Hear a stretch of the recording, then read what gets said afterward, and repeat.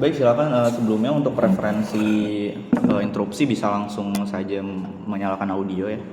Kalau misalkan saya diam berarti saya tahu. Oke, langsung saja. Argumentasi akan saya mulai dalam 3, 2, 1.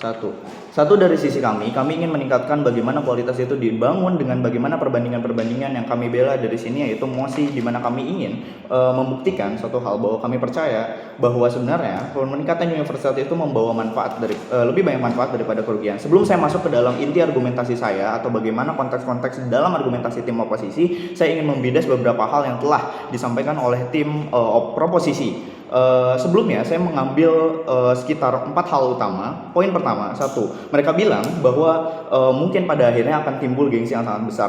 Salah satu argumen mereka yang paling besar adalah itu, bahwa mereka ingin menjadikan universitas itu sebagai tujuan mencari ilmu, bukan masalah gengsi, kata mereka. Namun mari kita sadari satu hal yang sangat sederhana, Dewan Juri yang terhormat, bahwa pada akhirnya ini nggak relevan, karena pada akhirnya nggak semua ranking yang bagus itu sama dengan cocok dengan siswa atau siswi yang ada di SMA tertentu pada akhirnya. Kenapa? Karena mari kita sadari satu hal yang sangat sederhana, bagaimana ranking ini dibangun, bagaimana ranking ini dibentuk, bagaimana QS University ini membuat ranking tersebut. Ada data, ada riset, ada survei yang berbeda-beda. Tidak semuanya di ranking berdasarkan kualitas secara keseluruhan. Ada yang berdasarkan jumlah riset yang diberikan, jumlah penelitian dilakukan oleh universitas tersebut, dan lain sebagainya. Dan jika dikatakan pada mereka, oh ini akan menimbulkan gengsi, akan menimbulkan maunya masuk univ yang top 1 terus, tapi kita lihat bagaimana seorang siswa itu memilih universitas yang mereka mau pada akhirnya. Gak semuanya pengen masuk top 1 karena gak semuanya cocok bagi mereka. Misalkan di top 1 ini ada jurusan yang mungkin kurang buat mereka, karena ada di universitas lain yang di jurusan ini memiliki ranking yang lebih besar. Karena ranking ini bukan masalah universitas secara general saja, bisa dilihat dari bagaimana jurusan yang ingin mereka ambil, atau bagaimana prodi atau misalkan kualitas jurusan yang mau mereka ambil pada akhirnya. Jadi ini nggak relevan.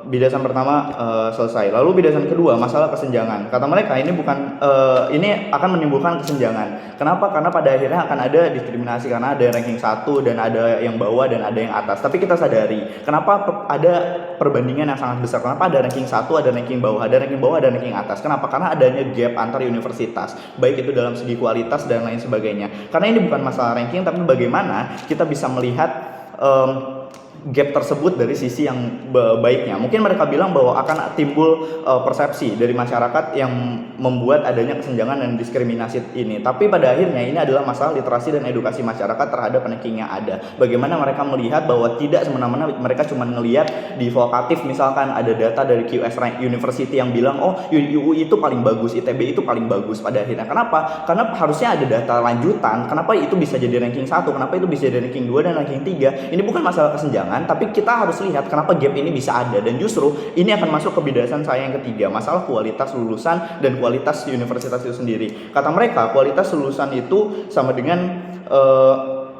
kualitas lulusan itu dilihat dari bagaimana rankingnya. Karena maksudnya mereka bilang bahwa akan muncul stigma di masyarakat atau persepsi di masyarakat di mana kualitas lulusan di UI itu lebih baik daripada kualitas lulusan di universitas rankingnya bawah, dan itu akan sangat buruk dan itu akan memberikan kerugian yang besar. Oke, mari kita katakan bahwa apa yang mereka katakan itu benar, itu akan memang memberikan stigma buruk. Tapi pada akhirnya itu hanya akan menjadi stigma, karena ini sebenarnya adalah suatu kesempatan yang sangat besar bagi siapa? Bagi universitas dan tentu bagi pemerintah. Untuk apa? Untuk mengevaluasi. Karena pada akhirnya gengsi itu hanyalah stigma, bukan berarti satu data yang pasti. Kita harus melihat juga status quo-nya. Bagaimana ketika siswa ingin masuk ke dalam universitas top 1, apakah itu salah? Tentu tidak juga. Tapi ketika itu menjadi stigma dan gengsi, itu memang salah. Tapi pada akhirnya ranking ini tidak selalu dikait-halkan dengan stigma-stigma atau hal-hal yang memudaratkan, tapi ini harusnya menjadi patokan bagi kita. Oke, dan jika mereka bilang bahwa dunia kerja sekarang banyak sekali yang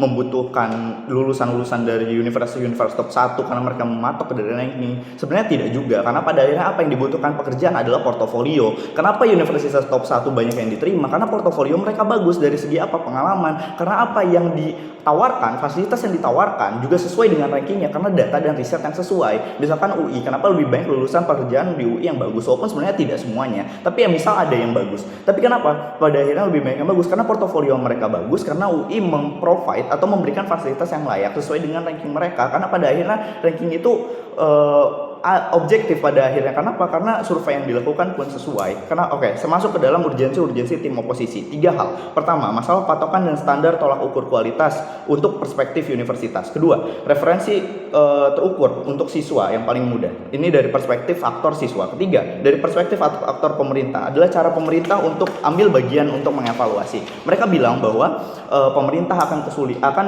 memberikan dana atau akan nge-provide dana untuk universitas yang top 1 saja. Tapi mari kita balikan pemikiran itu, Dewan Juri yang terhormat. Misalkan saja memang pemerintah ingin menghasilkan yang terbaik lewat universitas top 1. Tapi apakah pemerintah secara langsung dengan adanya top 1 ini mengabaikan yang lainnya? Tentu tidak. Yang namanya PTN, Perguruan Tinggi Negara, sudah jelas. Perguruan tinggi negeri sudah jelas itu ada yang di-provide oleh negara, karena sudah jelas ini adalah dikelola juga oleh negara pada akhirnya. Namun memang kapasitasnya berbeda-beda atau kuantitas yang diberikan berbeda-beda. Namun tujuannya apa? Dengan adanya ranking ini bisa jadi patokan perbandingan. Semuanya butuh perbandingan, Dewan Juri yang terhormat. Maka dari itu argumen kita 2 hal. Satu, kita pengen buat sebuah bentuk sistem yang dimana setiap universitas bisa melihat dan mengevaluasi dirinya dari segi kualitas dan kuantitasnya. Dengan apa? 2 hal. Pertama, masalah patokan terhadap survei resmi yang memiliki sertifikasi dan riset yang legal dan juga faktual. Kita harus melihat media-media mana saja yang memang memiliki survei atau riset yang memang berkualitas dan juga faktual, misalkan QS University gitu. Karena pada akhirnya apa yang dilihat bukan cuma rankingnya, tapi bagaimana riset yang dilakukan. Kedua, mengambil data tersebut menjadi sebuah acuan untuk pemerintah dan UNIF untuk mengembangkan kualitas dan kapasitasnya baik secara nasional dan internasional. Karena apa, ini akan menjadi patokan pada akhirnya. Ketiga, poin 2 dari argumen kami adalah mahasiswa yang mendapatkan fasilitas yang baik akan menjadikan pendidikan di Indonesia atau pendidikan universitas ini menjadi lebih merata. Karena pada akhirnya apa? Yang menjadi titik berat dari tim oposisi kami percaya bahwa manfaat yang diberikan dari perankingan ini akan memberikan patokan dan kualitas yang bagus untuk memeratakan pendidikan di Indonesia. Kenapa? Kita bisa mengevaluasi, kita bisa melihat perbandingannya, dan tentu ini akan baik juga bagi aktor-aktor yang telah disebutkan di awal. Bangga menjadi tim oposisi.